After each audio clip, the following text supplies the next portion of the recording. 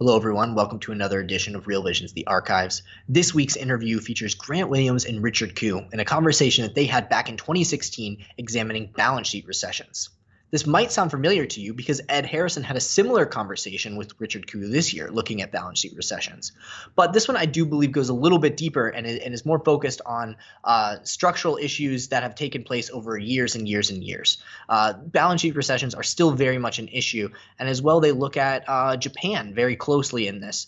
There's been lots of talk about the U.S. moving towards Japan and really the rest of the world moving towards Japan. For that reason, I picked it, and I just think it's a fantastically informative piece about his thesis on balance sheet recessions. So with that being said, here's Richard Koo and Grant Williams.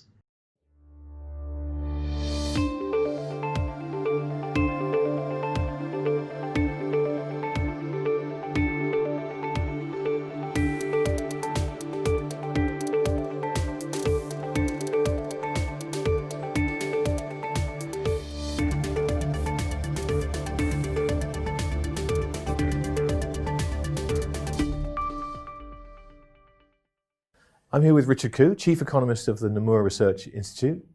Richard, welcome. Thank you very much. This is a great pleasure for me because I read your book, The Balance Sheet Recession, not quite as many years ago as I thought, which probably says something about my age.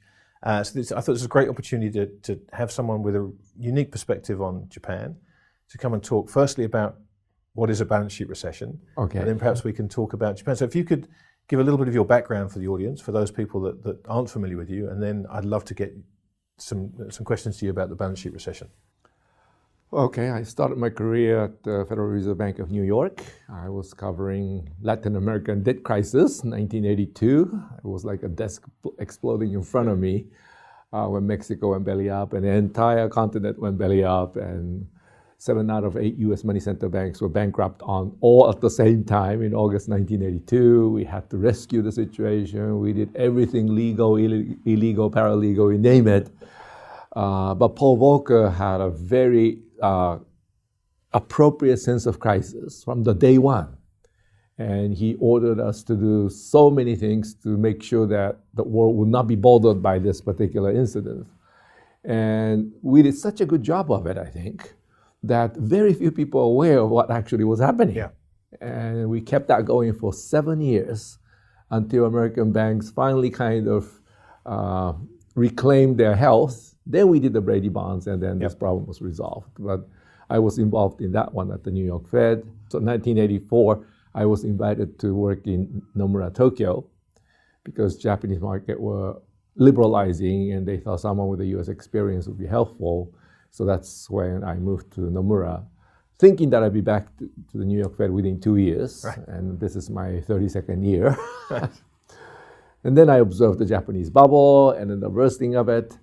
And this bursting of the bubble, BOJ brought rates down to almost zero by 1995, and nothing happens. Yeah. And the government puts in a fiscal stimulus. Of course, by the time, whenever you put in a fiscal stimulus, economy responds.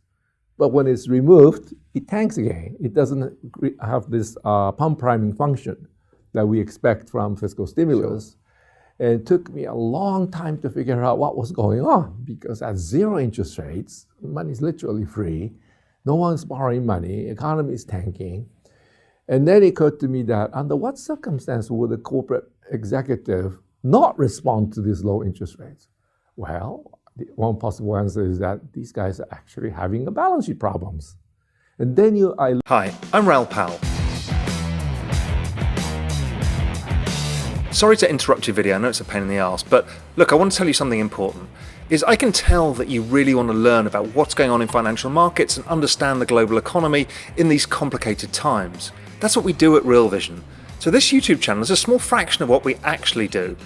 You should really come over to realvision.com and see the 20 or so videos a week that we produce of this kind of quality of content, the deep analysis and understanding of the world around us.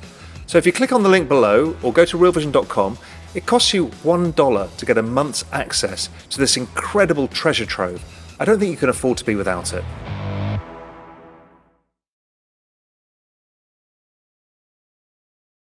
looked at the flow of funds data, which indicated that starting around 1995, Japanese companies as a group, the whole corporate sector, was paying down debt. not borrowing money, paying down debt at zero interest rates. We never learned this in universities, right? Or in business schools. Both business schools and economics department will tell you that if interest rates come down to these ridiculously low levels, you're supposed to borrow money and expand your business. But the opposite was happening in Japan. And that's where I started thinking about this balance sheet driven recession. Eventually, I call it balance sheet recession, where the private sector is actually minimizing debt, not maximizing profits. And all the economics we learn in universities are based on private sector maximizing profits. So when the fundamental assumption is removed and replaced with private sector minimizing debt, everything that's built on top of that will have to be replaced also. Yes. And to work this all out in my head took quite a few years.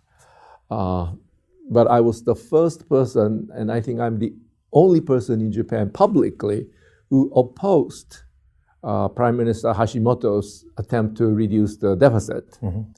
Because if the private sector as a group is actually paying down debt, not borrowing money, but in the national economy, if someone is saving money or paying down debt, which is macroeconomically the same thing, someone else better borrow money to keep the economy going. And if the private sector as a group was paying down debt, the non-private sector, the public sector, better be borrowing money. So I strongly opposed Prime Minister Hashimoto's austerity measures, even though I was part of the group to advise Prime Minister Hashimoto at that time. And when Hashimoto, against my advice, went to cut the deficit, the whole economy collapsed. 5 consecutive quarters of negative growth, complete breakdown in the banking system. And after that, I was drawn into the Japanese policy debate because I was the only one who predicted this outcome. But without you, there was no debate. Well, there was no. Yeah. And so I was then very much involved in the Japanese banking crisis, how to save the banking crisis. And my Latin American debt crisis experience in the United States were very useful because it was a similar scale. I mean, commercial real estate prices fell 87% nationwide, not just little corner of Tokyo, the entire country. Try to imagine that, let's say, in the United States, not just New York and San Francisco, but everything else in between, from Chicago to Atlanta to Orlando, everything down 87%. What kind of economy you think you got left? Yeah. That's what we faced in Japan. And so I told the Japanese authorities to go slowly. That 7 years that Paul Volcker put in to save the American banking system, I had to do the same in Japan as well. And in those days, there were a lot of so-called American cowboys who said, just clean up the mess, clean up the banking system, and everything will be fine starting tomorrow. But when the problem is small, you can do that, like Savings and Loan Association problems. That was, even though a couple hundred and thousands of savings and loans were involved in the United States in 1987, it wasn't that group that big of a issue relative to the entire US economy. But Latin American debt crisis, where 7 out of 8 US money center banks were bankrupt, this was a big deal. And that's why Paul Volcker had to go slowly on this one. Whereas the savings and loan, they could go pretty fast with the RTC. The Japanese one was on this scale. So we had to go super slowly. And I had to argue against all these people who said, just clean up the mess and everything will be fine. And so there I was very heavily involved in the Japanese banking crisis. So banking crisis and then these balance sheet problems, this is the macro issues of the borrowers. This is the lenders' problems. And together I call it balance sheet recession. And that's how I developed my ideas. I'm fascinated by this because to me there are lessons everywhere in this story. You know, there's the lessons you learn from Paul Volcker's approach in the 80s. But from the balance sheet recession side of things, you know, to me the parallel with the public here in the United States, well, we're in London today, but in the United States, they're doing the same thing. You know, the public are paying down debt. They're saving. They're not going out and spending with negative interest rates now, which is a concept that I'm sure you, like me, 20 years ago would have thought, well, that could never happen. Right. So, you know, the experience of Japan in so many ways has been highly illustrative for everybody that's kind of following this road. And this idea of a balance sheet recession, if you take it across and place it on top of the public side, of the it makes perfect sense. Once again, I think that's what's happening in the public. Do you see it that way, or is it something slightly different happening? Well, I tried to warn people that 2003 book that you read, Yes. I warned that once the housing bubble burst, US will face exactly the same problem. Europeans will face even more problem because by 2008, when the book was written, they were under Maastricht Treaty, where they could not do more fiscal stimulus beyond 3% of GDP. Yeah. But once you're in balance sheet recession, private sector could be saving 5, 7, 10% of GDP. If the private sector is saving 10% of GDP, government can only borrow 3% of that. What happens to the remaining 7%? And the Maastricht Treaty doesn't say a word about this possibility because they never thought something like this will happen. Now it's happening, and that's why Europe is in such a mess. So I was one of those who were able to predict the current European crisis, that once you're in balance sheet recession, the whole region will suffer tremendously because they don't have the tools to fight it. The lack of foresight is remarkable to me because we had, so for example, Bernanke's famous quote about the US housing market has never suffered a nationwide fall. And yet, as you said, in Japan, we had an 87% fall in real estate prices nationwide. So there was an example for them. And the same again with the Maastricht Treaty authors, making these assumptions that such extreme events can't happen. It just seems a remarkably lax thing to do when there are so many people, high-profile people like yourself, who have actively talked about these issues. What is it, do you think, from a policy standpoint, that precludes people from making these assumptions when they work out their models? Well, I think it comes from the fact that when macroeconomics were developing as a separate discipline, and that was after World War II, actually, after Keynes started talking about aggregate demand, that's when macroeconomics started as a separate discipline. If you remember the world from 1945 to, let's say, 1980, there were so many new inventions happening, huge demand for funds from the private sector because they wanted to make tape recorders and televisions and washing machines and new cars and airplanes and cameras. Those things are This all is Japan invented. we're talking about, essentially. Oh, right? no, US. No, but Japan was at the center of all these things. Well, a during little those later years. on, A little later yes. on, but yeah. But when the private sector is so forward-looking, clean balance sheets, maximizing profits, that's the background of how macroeconomics developed.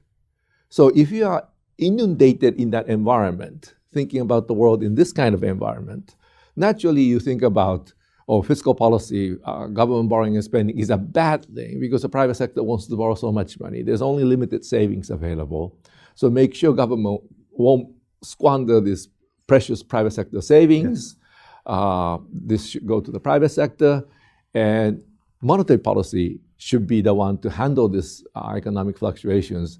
And in that environment, when there's a strong private sector demand for funds, monetary policy actually does work, and does work very well, because people want to borrow money. Central bank can raise interest rates, lower interest rates, limit the reserves, and so forth.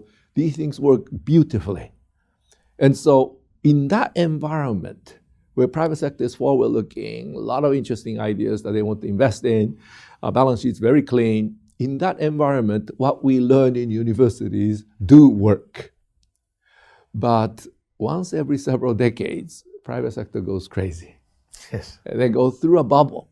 And during the bubble, well, what defines a bubble? During the bubble, people think they can make money very quickly. And if they think they can make money very quickly, why not leverage themselves up? So they borrow tons of money, investing in all sorts of assets. And once the bubble bursts, your liabilities are still here. Asset prices collapse, and suddenly they realize that their balance sheet's underwater. Yeah. Balance sheets underwater means these people are bankrupt. But when you think about it, there are actually two kinds of bankruptcies. One is that your main line of business, whether you're building cars or cameras, didn't do very well. You put all sorts of advertising expenditures to get your goods to move, still to no avail, and you go bankrupt. That's the usual bankruptcy we think about. And in that case, your main line of business is down, cash flow is gone, that's the end of the story. You have to walk off the stage. But there's another kind. And the another kind is that your cars and cameras are still selling very well. You still have a plenty of income, plenty of cash flow. Customers all around the world wanted to buy Japanese cars and Japanese cameras. But because of the thing you did in the asset market, you are bankrupt. So in the second case, you are technically bankrupt because your liabilities are so much larger than your assets, but you still have a cash flow. In that environment, what is the right thing to do as a corporate executive? The right thing to do, whether you're Japanese or American or Taiwanese or German, the right thing to do is to use the cash flow to pay down debt. Because this way, you don't have to tell your shareholders, right. Sorry, it's all piece of paper now. You don't have to tell your bankers it's all non-performing loans because you're still paying. And then most importantly, you don't have to tell your workers, sorry, there's no more jobs tomorrow. So for all the stakeholders involved, that is the right thing to do. Use the cash flow to pay down debt. That's the right thing to do at the individual level. But when everybody does this all at the same time, what happens to the macroeconomy? That's where the fallacy of composition comes in. As I indicated to you earlier, in the national economy, if someone is saving money or paying down debt, you better have someone on the other side borrowing and spending money. But when everybody's on this camp, as a group, then the economy could start shrinking very rapidly. Now, under ordinary circumstances, the textbook world, there are always people who are saving money. And then some people who wants to borrow money. How do you match the two? It's the interest rates. All the savings come into the private sector, to the financial sector. And those of us who, if you worked in the past, I'm still in the financial sector. Those of us who then give it to someone who can use it, and that person borrows and spends it. If there are too many borrowers, interest rates are raised. Too few borrowers, rates are lowered to make sure that all the saved funds are borrowed and spent. That's the function of the financial market. But once every several decades, you have everybody in this camp, nobody on that side, because the balance sheets are destroyed. You bring rates down to zero, nothing happens because everybody's repairing balance sheets. Now, if I may give you a numerical example on this one, suppose I have $1,000 of income, I spend $900 myself. The $900 that I spend is already someone else's income, so that's not a problem. The $100 that I decide to save will go through the financial sector, given to someone who can use it, and that person borrows and spends it, then the total expenditure will be $900 plus $100, $1,000 against the original income of $1,000, and the economy moves forward. But in those balance sheet recession situations, I have $1,000 of income. I spend $900 myself. The $100 that comes into the financial sector cannot leave the financial sector because there are no borrowers even at zero interest rates. Then the economy shrinks from 1,000 to 900. The 900 is someone else's income. If that person says, okay, let's save 10%, save 90, spend 810, save $90, that $90 gets stuck in the financial system again. Then the economy can shrink from 1,900, 810, 730 very, very quickly, even with zero interest rates. And that's how United States lost 46% of its nominal GDP from 1929 to 1933. Prior to October 1929, everyone was involved in the stock market, real estate market, fully leveraged. And once the stock market collapsed, everyone started paying down debt all at the same time. There was nobody on this side. And then the US entered this 1,900, 810, 730 process. And in just 4 years, nearly half the GDP was gone. How to deal with this problem when interest rate doesn't work anymore? The only way you can handle this problem is for the government to borrow the $100. If government borrowed $100, then $900 plus $100,000 against the original income of $1,000, there's no reason for GDP to fall. And Japanese government, without understanding any of this, decided to do that once the Japanese bubble burst. And at that time, they only thought in terms of pump priming. The economy is weak, well, we borrow and spend the money, the pump priming should work. So from almost the day one, they start doing the fiscal stimulus. And whenever they put in the fiscal stimulus, the economy, of course, responded. But whenever they took the fiscal stimulus out, the economy tanked again. Why did it tank again? Well, with asset prices down 87%, 1 or 2 years of debt repayment is not enough. For some companies, it may take 5 years, others may take 10. If you are unlucky enough to bought at the peak, it may take 20 years before your balance sheet is repaired. But as long as you have plenty of cash flow, you continue to do that. So year after year after year, Japanese government had to put in the fiscal stimulus to keep the economy going. Luckily, we had, even though there were a lot of fiscal hawks in Japan as well, but there were enough pork barrel politicians in Japan to keep this process going without understanding what they were really doing. And in the Japanese case, the GDP never fell below the peak of the bubble, even though the entire private sector was saving close to 10% of GDP during this process, because the government was borrowing that. And as I indicated earlier, asset prices fell 87% nationwide. So I would argue that all this fiscal stimulus that the Japanese government put in was very effective, contrary to how it was portrayed outside Japan. We say, wow, you build bridges to nowhere, roads to nowhere, economy going nowhere, you're wasting and squandering this money.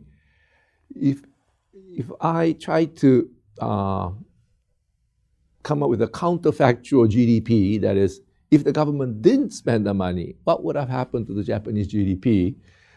Well, it won't be like what happened in the US back in 1929, because there's so many other things that we know about these things.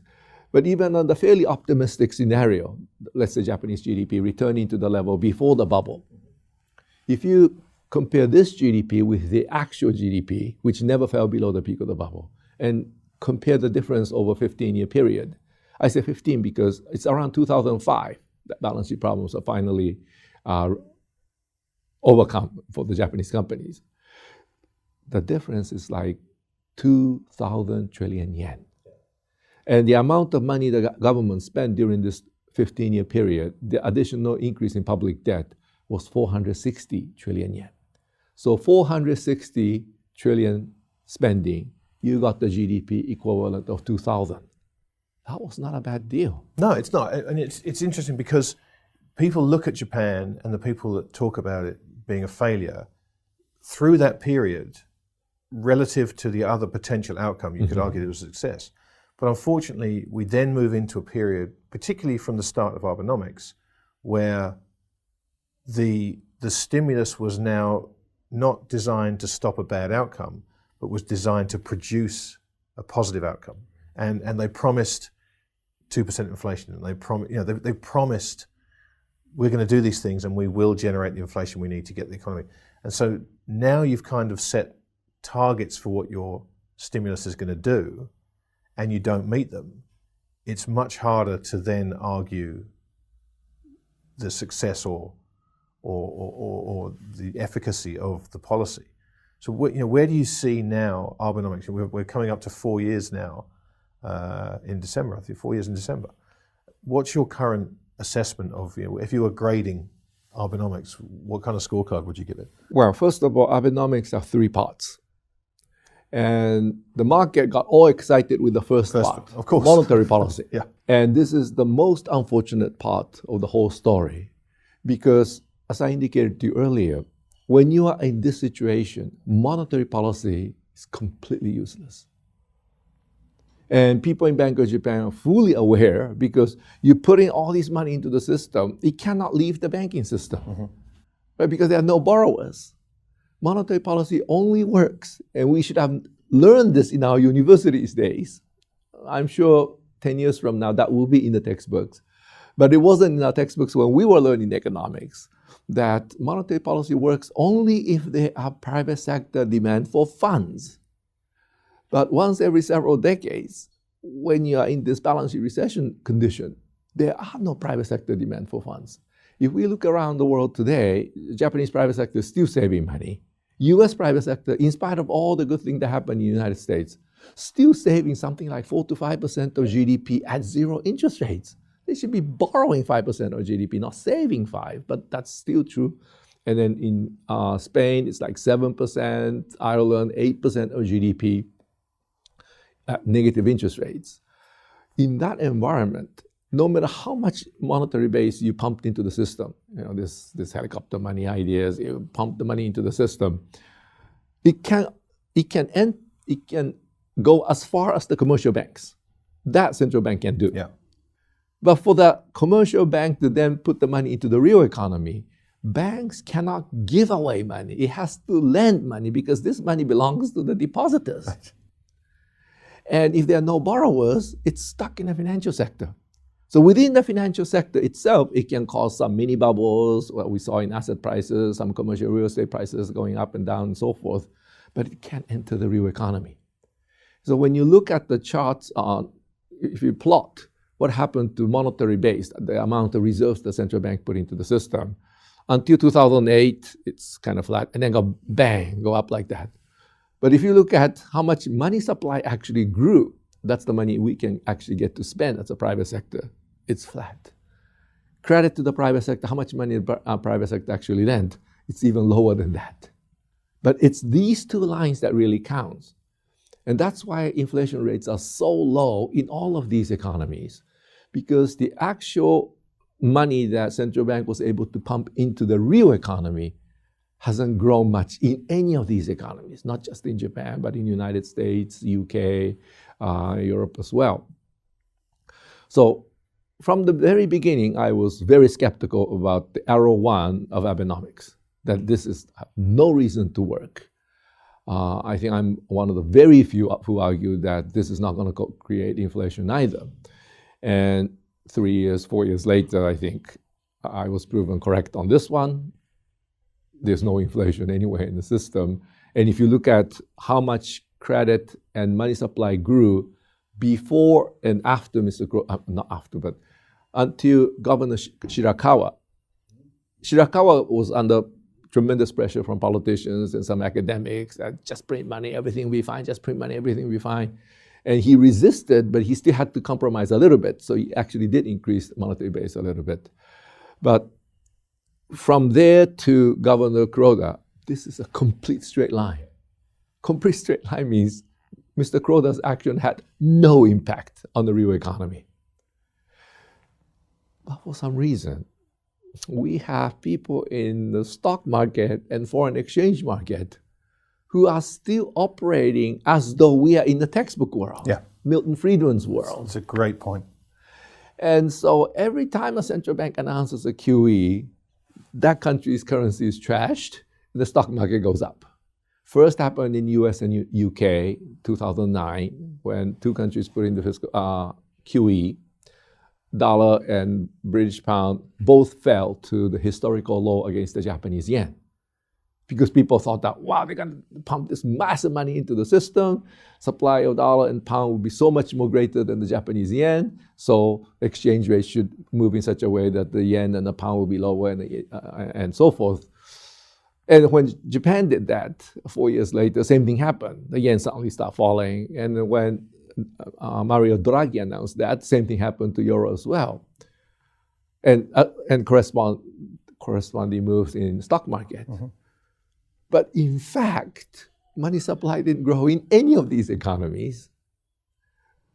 And so there's really no reason for any of these things to have happened.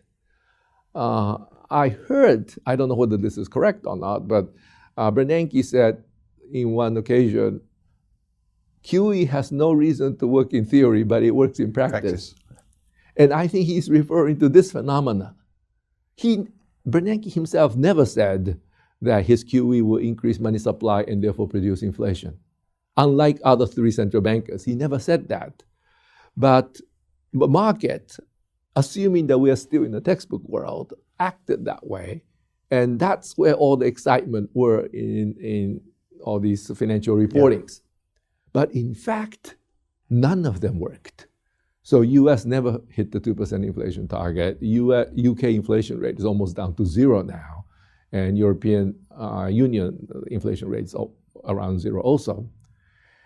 And so this emphasis on arrow one of Abenomics, I think, is completely misplaced from day one. But it did have some celebration or whatever you call it. We had a lot of fun with it. Euphoria, yeah. Euphoria, that's the right word. Yes, yes. But we have to come to reality at some point. Even though the weakness of the exchange rate, somewhat higher stock prices, they help the Japanese economy, no doubt. But at some point, people realize that, hey, the money supply isn't growing. Credit to the private sector is growing. The real economy is not responding. Inflation not picking up. So the divide between the reality and what they thought they were doing will have to adjust at some point. Do you feel like we're any closer? Because you're absolutely right, and I hadn't thought of it in these terms, but it feels to me as though we're not closer to that moment, because the way the market reacts to these moves, it's just self-fulfilling, because they assume that that's going to be the result, and they act accordingly, and everybody else does the same thing. And it's a hard thing for that one man to stand up and say, it's the emperor's new clothes. Yeah, this isn't working. This is not happening, because he's just going to get trampled in the stampede to go long the Nikkei and short the yen. But what we've seen recently with the yen strengthening materially, I mean, a lot of people have talked about it as a sort of counter rally, a counter fall in the dollar, as opposed to anything to do with the yen. But now we're getting to the point where if the yen, breaks 100, that's a sign that it's not working anymore. That's a real sign that this is something more serious. Do you feel that moment of reality is getting closer, or do you think this disassociation carries on any longer? Wow, with that many people who studied using economic textbooks written during the Great Period, I think it's going to take a while. Yeah. So that's the arrow 1. The arrow 2 is actually largely based on my ideas. And the finance minister, Aso, who is the one who put in the arrow 2, fully understand this whole concept of balance sheet recession inside out. Mm-hmm. And he was a businessman before. And I think that's the key difference, that he understands what businessmen go through when they have balance sheet problems. So he's the one who put in the fiscal stimulus. And that's the part that is actually supporting the Japanese economy. And as long as Finance Minister Aso remains in place, because he understands this thing inside out, I think Japanese economy will be supported. So this is where the attention of the market is. But this is where the real support is coming from, arrow 2. And until private sector is willing to borrow money again, this arrow 2 will be absolutely essential. Now, this is already 25 years after the bursting of the bubble. How long do we have to wait for this thing? Right. It was around 2005 that most Japanese companies said, our balance sheets are finally repaired. But that's still 10 years ago. What is this last 10 years? I would argue that a large part of the last 10 years is what I call the debt trauma, a trauma toward debt. And that is that when private sector goes through this 10, 15 years of repairing balance sheets, they get so sick of that experience, they say to themselves, never again, I never want to borrow money again. Now, you may have some parents or grandparents who lived through the Great Depression in the United States. Those people never borrow money until they died because the experience was so bad. And they say to themselves, I didn't really have to borrow money to do that. I'll never make that mistake again. So Americans who lived through the Great Depression never borrowed money. We have a kind of a mini version of that. I say mini version because in the US case, nominal GDP actually fell 46% from 1929 to 33. What does that mean? That means average people have 46% less income to pay down debt. Now that must have been living hell. In the Japanese case, thanks to these pork barrel politicians, Japanese GDP never fell below the peak of the bubble. In spite of all the bad press outside Japan, the Japanese GDP never fell below the peak of the bubble. Japanese unemployment rate never went higher than 5.5%. So people had the income to pay down debt, still took 15 years, and they said never again. And this is a psychological problem, not a mechanical or accounting problem that we can put some number on. And so I don't know how long it will take to actually get these guys to borrow money again. Japanese people are very cautious to begin with. Americans could be very optimistic about this. Sure, yeah. Japanese, you lived in Japan Yes. too. You know that they are very serious people. If there's nothing else to worry Pragmatic. about, they're pragmatic and very serious. So when they see there's nothing to worry about, they start worrying about sky falling on them. It's that kind of people. Yes, right. It's amazing that they went that crazy during the bubble days, borrowing so much. Now we are at the opposite extreme. Yeah. They are so cautious you won't believe. But I suppose most Americans were like that after the Great Depression. But it's interesting. But do you see, because obviously after the Depression and World War II, America had the boomer generation coming Right. who completely turned that around. And you had the biggest generation that's ever been born in United States history come through and just go hog wild on debt and just, from the 80s onwards, late 70s, early 80s, 90s, just binge on debt. Japan has an altogether different demographic profile, obviously, which suggests that this big wave of people coming in who will, just from a demographic perspective, naturally need more cars and more homes. And Japan doesn't have that tailwind.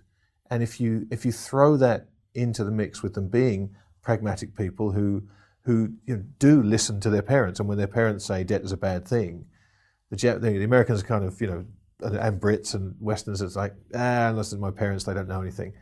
The Japanese tend to say, my parents taught me not to do that. So what breaks that cycle for the Japanese? It's going to take a while.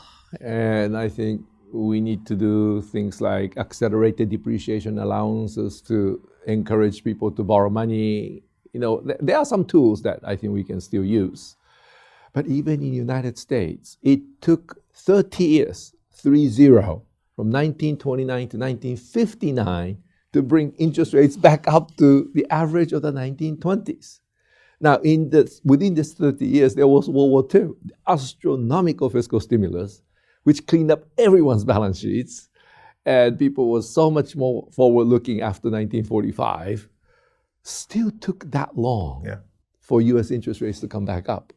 And if you remember, if you're old enough to remember, it was 1985 when all these interest deduction on your 1040 on the tax return were finally removed. So until 1985, whether it's interest on your credit card or student loans or auto loans, they were all tax deductible until 1985.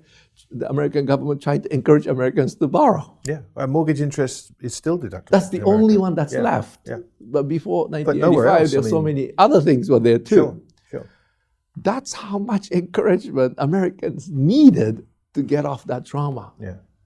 And so Japanese being a serious people, more serious, it may take a long time. And this is not going to be a Japanese problem. After what happened in 2008, a lot of Americans will probably follow the same path of the Japanese. And Europeans, which couldn't handle the balance sheet recession, and that's why they're in such a sad shape now, may never come out of the debt during their life, their trauma toward debt during their lifetime, because it's so bad for Spain, so bad for Ireland, and so many of these countries that were affected by what happened. Yeah. So this trauma toward debt, at the moment, is a Japanese problem, but it's a global problem in a couple of years. Yeah, which doesn't bode well for anyone. But what about arrow number 3? Because the idea of structural reform in Japan, to an outsider, certainly seems to be the biggest hurdle to clear, because Japan is a very organized society that from my experience there and watching it for many years from the outside, doesn't necessarily do structural reform very well. Japan works beautifully. And so to do the kind of reforms, immigration is a big deal. I mean, the increased immigration. It's something that when I moved to Japan in the late 80s, I remember reading a piece about this, and it basically said, in 25 years, the Japanese population is going to be declining. And everybody kind of read it and said, oh, well, that's a real problem. But it's 25 years away and it doesn't matter. And right on the day they said it was going to happen, it happened, because there were no changes during that time to counteract this happening. What happens with the structural reform arrow? Can they make meaningful reforms, or is that a really, really tough thing to do, as it seems for an outsider to be? Well, first of all, I have to pour some cold water on that argument. because too often, almost 95% of the time when some person makes comment on structural reform, it's because this person doesn't understand the balance sheet problems. Right. So structural reform, Reagan is the one who put it in, Margaret Thatcher. Yeah. We are kind of familiar with some supply side economics because we lived through it Sure. all. So when the ordinary macroeconomic policies, the monetary and fiscal policies, fail to produce expected results, almost immediate response, it must be structural problem. Right. And so they talk about, Japan structural this and that, Japan structural that. And if it's a structural problem, certain macroeconomic phenomena should have been observed. For example, if you remember the United States back in 1980s or late 70s, huge inflation problems, current account deficit problems, labor problems, strikes everywhere, very poor quality of products. These are the ones that really need supply side reform. And I'm one of those who voted for Reagan. And I think I'm still proud of that decision I made, because at that time, I was at Johns Hopkins economic graduate program. All the other professors were saying Reagan's talking about voodoo economics, this is complete nonsense. But looking at the objective fact of the economy, US economy in 1979, 1980, I thought we needed someone like Reagan to reshape this whole thing all over again. Yeah, the UK was exactly the same. And the UK maybe was the same. But then you look at Japan. Japan had a huge trade surplus, quality of the products second to none, deflation instead of inflation, strong currency, no labor problems whatsoever. How do you call this a structural problem? Right. So all these people who made structural comments, especially foreign journalists, I'm afraid, but some in Japan too, they didn't know what they were talking about. It was a balance sheet problem, not a structural problem. Balance sheet problems are like 80% of the picture, but it was maybe still, 20% is the still structural. couched to the outside world by Abe-san that we were going to make structural reform. Now, whether he was just playing to the crowd and he was putting it in language that they wanted to hear and wanted to understand, possibly, but it was very much presented to the outside world, we are going to make some serious structural reforms here. So was that their mistake? They were talking about something that they weren't going to do. Let me put it this way. Abe basically followed the path of Koizumi. Yeah. And Koizumi himself seriously believed that structural reform is what's necessary, because he understood nothing about balance sheet problems. And so Abe's first term was all about structural reform, but the economy gone absolutely nowhere, and that's why he was replaced. Mm-hmm. And so when he became the prime minister this time around, he asked, what did I do wrong my first term? And that's when Aso told him that, look, you push this structural reform agenda, that there was some lot of good stuff in it, but the problem that we have faced is actually on the balance sheet side. And that's why Arrow 2 was put in place. And that's the piece that's supporting the Japanese economy at the moment. So we have to put this structural reform argument in a perspective. Yeah, that's all I'm trying to do. That although a lot of people who don't understand balance sheet problems put all the eggs in this structural arguments, this is actually not a very large part of the problem. And this is particularly acute in Europe. European problem is largely, I would say 80% balance sheet problems, because their housing bubble was just as big as the Japanese one. I mean, Irish prices, Spanish prices going through the roof, and then came crashing down. So it's all basically balance sheet problems. But balance sheet problems are never taught in economics or in business schools for that matter, right? So whenever you try monetary and fiscal policies and they fail to work, they say it must be structural. Right. And the Germans are telling, do the structural, we did the structural reform, you do the structural reform. This is so sad that this misdiagnosis of astronomical proportions are hurting the lives of so many people. And now people are becoming so desperate, they are voting for these crazy political parties. Sure. This is exactly what happened in 1933 in Germany. The problem was balance sheets. But Brüning government, Allied command, they all asked Germany to cut the deficit. And the situation got so bad that they had to vote for one party that was not for that austerity. And we are going to see more of this in Europe, I'm afraid. I'm sad to Until say they you're right. come to a point that, oh, it was a balance sheet problem, not a structural problem. How does Europe fix its balance sheet problem? It can't in the way that they were going, because in order to fix the balance sheet problem of this magnitude, that is, you have to keep the economy going. And that's the $100 example that I give you.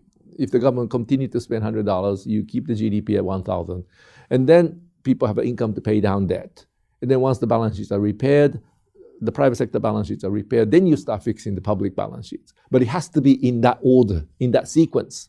Yes, but does it have to be individually as well as countries? It's hard to see how you can do that as Europe, because you have so many different dynamics across that region.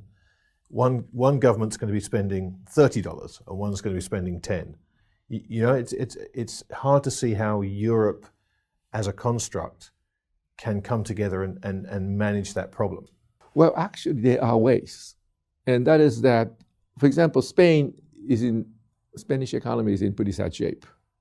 But at the same time, Spanish private sector is saving 7% of GDP.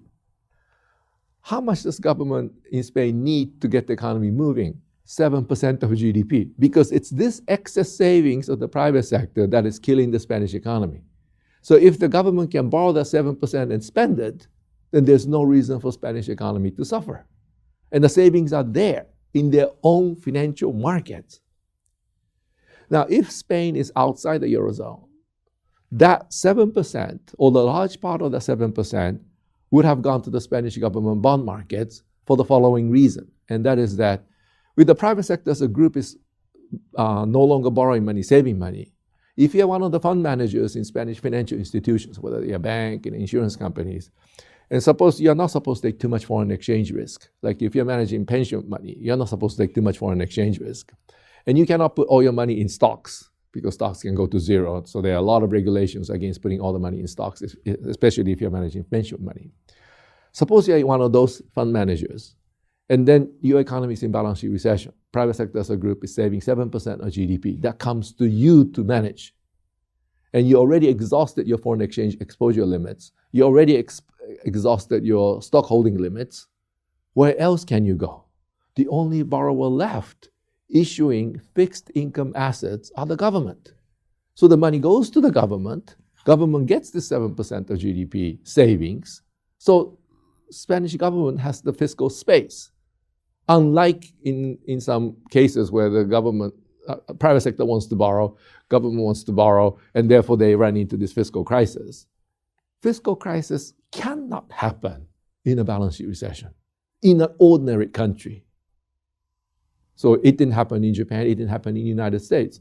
You know, when the US budget deficit went to over $1 trillion, a lot of people who didn't understand this said, oh my God, the treasury bond yield will go sky high. It came crashing down because of this mechanism.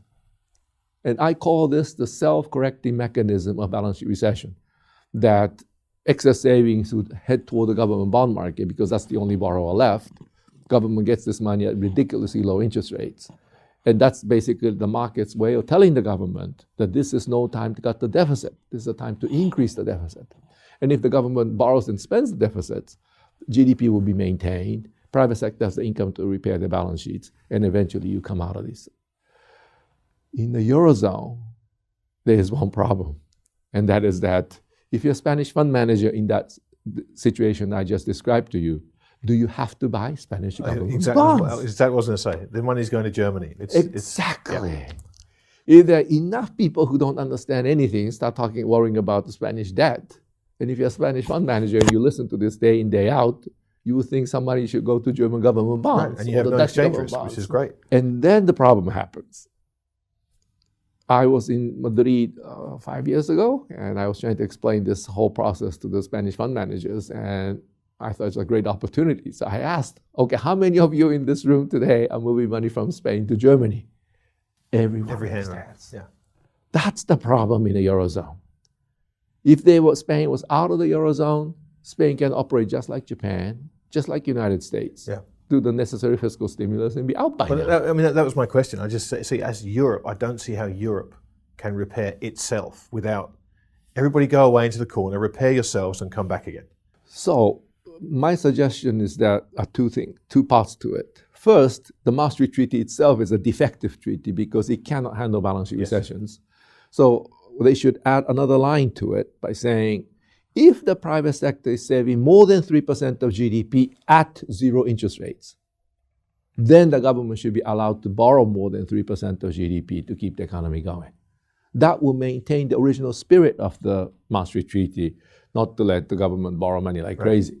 If the private sector is saving more than 3% of GDP at zero interest rates, so these are very difficult conditions to meet under ordinary circumstances, but in balance sheet recessions you get there, then the government should be allowed to borrow. So the first part of the correction needed for modification needed to the treaty is to allow governments who are faced with a situation where the private sector is saving more than 3% of GDP at zero interest rates to be able to borrow that extra amount so that you can stabilize the economy. Now, the second part of the necessary modification is that we have to encourage Spanish savings to go to Spanish government bond market. Now, how do we do that? How about different risk weights? If you hold your own government bond, the risk weight is still zero.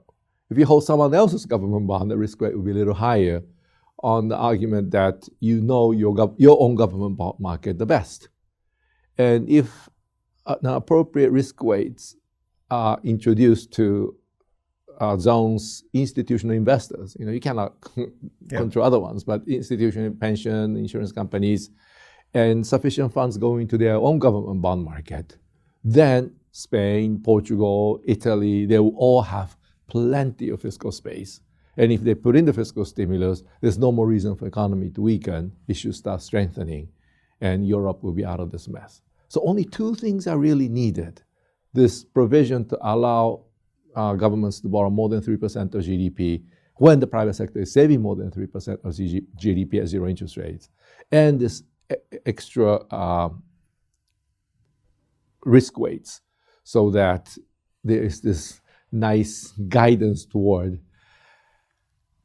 What that means is that we don't need ECB's negative interest rates. We don't need ECB's QE. We don't need all these structural reform arguments. We don't need German taxpayers' money. We don't need German fiscal stimulus. We don't need Eurobonds. We don't need any of this thing. Only just these two modifications to the Maastricht Treaty, Eurozone will start functioning well. It's fascinating, but the problem, being devil's advocate, is if one of the things you need is them to effectively rewrite the Maastricht Treaty, that's a huge leap for the architects of that. I mean, that's a big part of the problem already, the intransigence of the architects of the EU to think about readjusting it.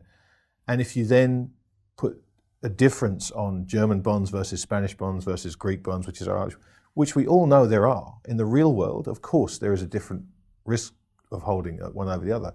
But if you actually stipulate what that risk is, again, you go against everything that the EU is supposed to stand for in terms of level playing fields and everyone's the same. So it's a great idea, but I think it's such a difficult thing to get through, because they would have to, as you and I have spoken off camera about, this intellectual investment in the outcome is so great that it would require them to tear up a lot of hard work, a lot of belief systems.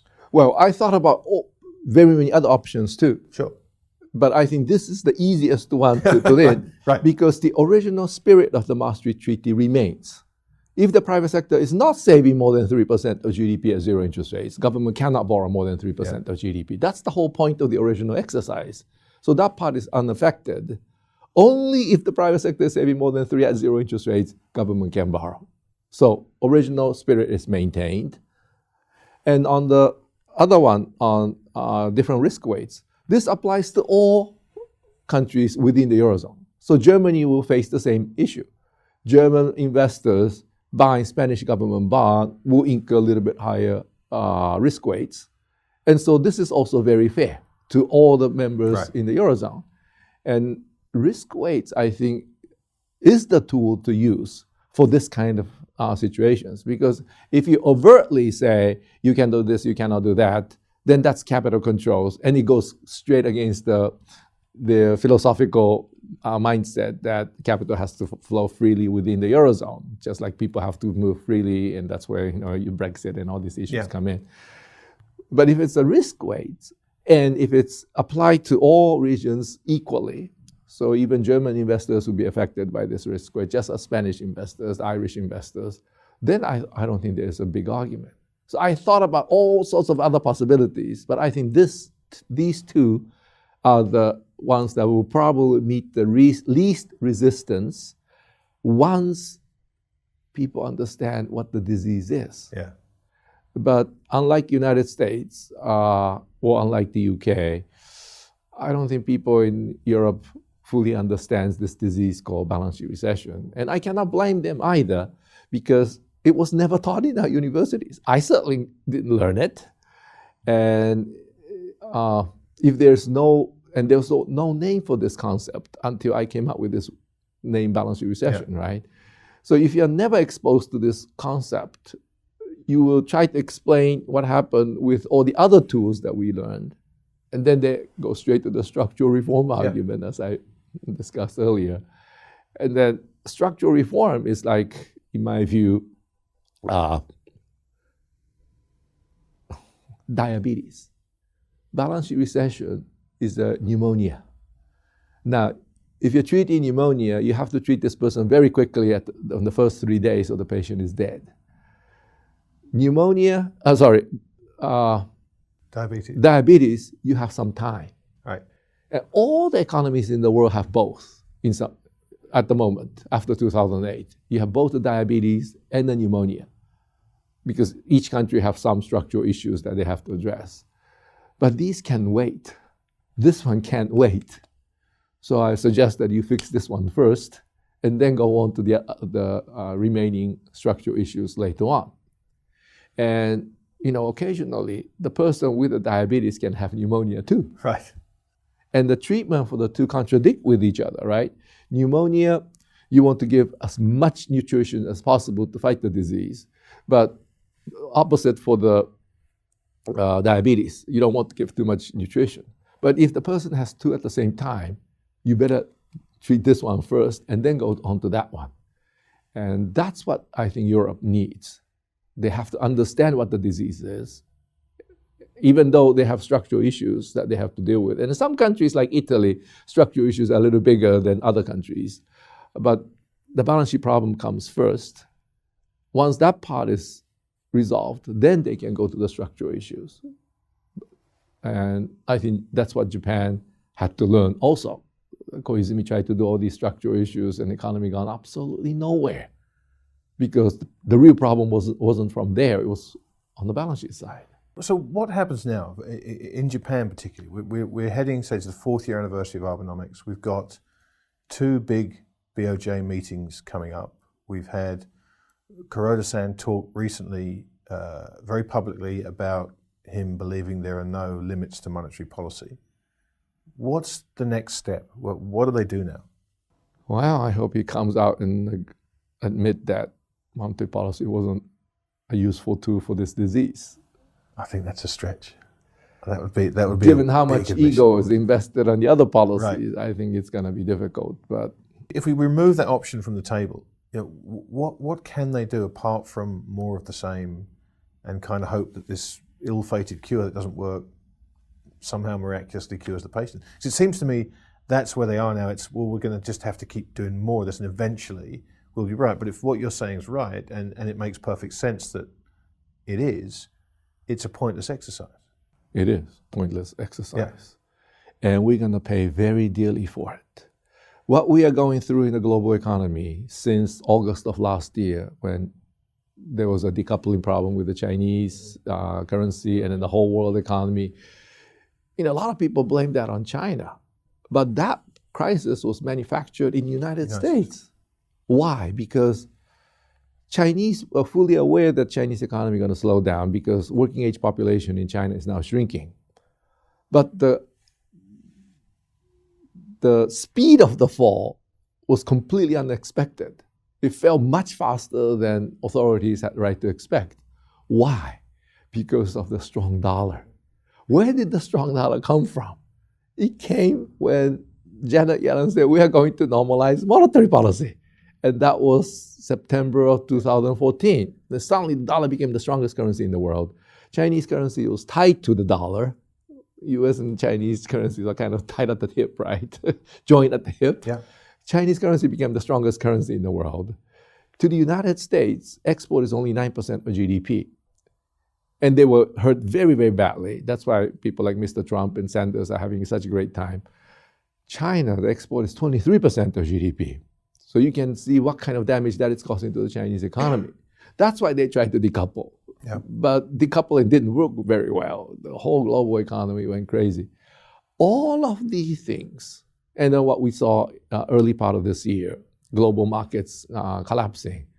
This is what I call the QE trap.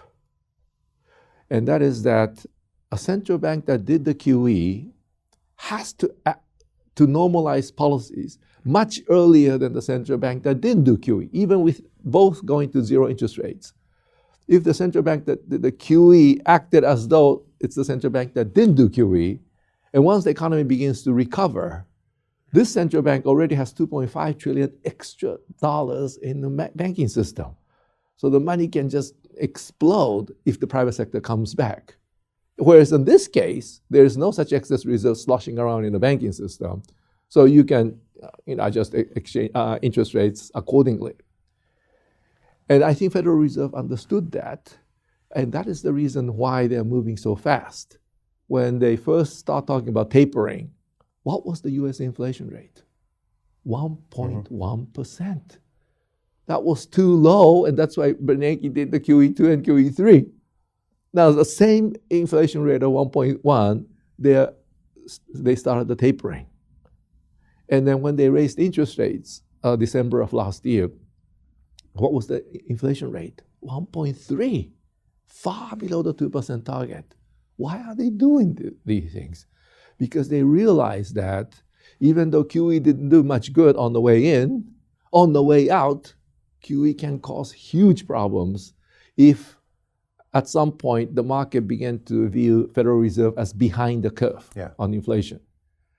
If an ordinary central bank without QE is said to be behind the curve on inflation, you just raise the interest rates a little bit and you're already on the curve or ahead of the curve. But on this case, you are the central bank that did the QE and the massive amounts of reserves are sloshing around in the banking system, and then people start realizing that you're behind the curve, long bond market can collapse, and they have to tighten very abruptly. This is what Janet Yellen calls the abrupt tightening scenario. Stanley Fischer calls the big mess scenario, and that can easily kill the US economy one more time. And so QE is very easy on the way in. It's easy on the way in because there's no one borrowing money. So you do 10, nothing happens. You do 100, nothing happens. You do 1,000, nothing happens. Because money multiplier is basically negative at the margin during balance sheet recession when private sector borrowers are not there. But when you try to come out, when you're thinking of coming out, by then the private sector should be coming in to borrow money. That's why the economy is recovering. Then you try to remove this 2.5 trillion from the banking system. The kind of problems you face is the kind of problems we are beginning to face now. This strong dollar, collapsing markets. And when you think about how long will it take for us to come out of this, how long will it take for us to normalize monetary policy in the United States? It's gonna be 5, 10 years in this very volatile environment. It would be much harder for the Japanese because they did so much more than the United States. There's enough reserves in the Japanese banking system to increase Japanese money supply 30 times. Right. In the US, it's 15 times. It's bad enough. 15 times means if the private sector borrowers come back, we're talking about 1,500% inflation rate. Right. But in the Japanese case, it's 30 times.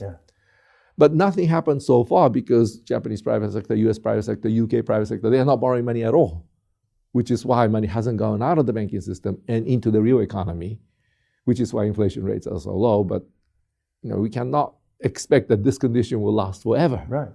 Especially when the US did everything right. US didn't fall off the fiscal cliff. private sector sources are beginning to have more confidence. And if you have a central bank in the United States and you see private sector beginning to borrow, not on the net basis, they're still savers, but you see they are beginning to borrow money, then you better act quickly. And if you try to act quickly when the economy, or especially the market is not ready, then you're going to have these huge fluctuations that we have already experienced starting August of last year. So my hope is that United States, Japan, ECB, they all admit that this was a silly idea and that we will try to remove it as smoothly and nicely as possible instead of going deeper and deeper into the hole. And I think US is already understanding it. That's why they are doing this when the inflation rate was only 1.1 or 1.3%. There's a difference between admitting that, which is such a big leap for these guys because of the amount of faith invested in them. Yes, yes. That it's one thing to try and admit it by doing what the Yellen Fed is trying to do and kind of hope people get that you're admitting it without admitting it. That's right. But it's another thing to actually come out and say, we got it wrong. Because, to me, arguably, that's way more dangerous than actually just trying to tighten. If you come out and say, this doesn't work, it's game over to me. That's the rush for the exits that everyone's been fearing for so many years now. So it's fascinating listening to you because you paint such a clear picture of a group of people who are completely trapped now by what they've done over the last number of years. And we're all trapped. Yeah, I was going to say, and by extension, they've trapped us with them. Yes, yeah. So how does this? Do we get the time we need muddling through? But it sounds from past experience that time it's not a couple of years. We're talking 5, 10 years we may need to somehow do this. Do you think we get that time, or do you think something bad happens in the meantime? You notice that when the market crashed in January and February, suddenly Fed kind of stepped back. Instead of 4 times, maybe two times. Yeah. But once the market stabilized, then suddenly so many regional bank presidents start saying, hey, let's raise in April. So it's that kind of thing. They realize that if they really fall behind the curve, the game is over. Mm-hmm. They will have to do this so-called abrupt tightening scenario, which could be devastating. But if it's a small fluctuation, in their mind that is, yes. If it's a relatively small fluctuation, as soon as you stabilize, you try to move forward. And if the market allows you, you move further. So that's why we're going to have a very volatile markets for years to come until this whole thing is behind us. And once you think it through, QE was a horrendously poor judgment, in my view. But all the academic papers written on QE, they tell us how to get in. Right. None of us tell us how to get out. But now we have to think about how to get out. And when Chairman Bernanke at that point said, we're not going to sell the bonds, right. We're going to hold on to maturity. Yeah. And a lot of people in the market kind of relaxed. Think again. What happens when this thing matures in the hands of the Fed? Yeah. The Treasury have to pay the Fed. The Treasury doesn't have this kind of money lying around. What does Treasury typically do when the bond matures? Issues the redemption bonds. Now, if you're in the bond market and when you hear the word redemption bonds, you don't panic, right? Because redemption bonds, you take the money from the private sector, give back to the same, almost the same person who might be holding the maturing bonds. And so it's a wash as far as the market is concerned. If it's a new money bond, then people in the bond market become very worried because there might not be enough savings to finance this new money bond. But if the Fed holds the bonds, Treasury will issue the redemption bonds. But this is a redemption bonds in name only. It's actually a new money bond because you take the money from the private sector, goes to the Fed and disappears there. So even if the Fed didn't sell the bonds, Treasury will be selling the bonds, and that will have very adverse impact on the bond market. How large it is, Well, I have some numbers, but it could almost double the new money bond issuance to finance the budget deficit. And if people thought that, because the Fed held onto the bonds, nothing's going to happen to the bond market, they're completely mistaken. Once the Fed stops the reinvestment process, we will be faced with this problem on top of all the other problems of normalizing interest rates and everything else. And so I think we're going to be in a very difficult escape path. I call this QE trap, that those central banks that did the QE will have to face this QE trap on the way out. Whereas if the central bank didn't do any QE, recovery might have come a little later because asset prices are a little lower, interest rates a little higher, and so forth. But when the recovery happens, everybody will relax, happy, wow, finally the sun is shining and interest rates going gradually up. Everybody was so happy. But in the countries that did the QE, when the recovery really happens, then those people in the bond market will be like that. And everybody else, the stock market, they all have to adjust to this new reality of how to come out of this very difficult normalizing process. And this can last for years. And so we're going to have a very difficult period going forward. And I hope, the Fed is already facing this problem. They're trying to move forward as much as possible before it's too late, before the private sector sorts are coming back to borrow. If the private sector is really back, and then the Fed tries to remove this excess reserves, then the interest rates can go really sky high. And that's why they're trying to move before the private sector is really back borrowing. Now you apply that to the ECB and the Bank of Japan and the Bank of England, the problem is many times bigger. Well, look, we have a lot to worry about going forward. I hate to say this, but I know I have to let you go now. I'd keep you here all day talking about this because it's truly fascinating. But thank you so much for taking the time. I've really enjoyed this, and hopefully you and I can pick this conversation up again in Tokyo one day. Okay, I hope I'm wrong on all of this, but so far most of my predictions came true, unfortunately. Thank you so much. Thank you. If you like what you see on our YouTube channel, you can unlock everything that Real Vision has to offer, from expert analysis, in-depth reports, education, and more to help you understand finance, business, and the global economy. You can get all that and more for just $1 for 30 days.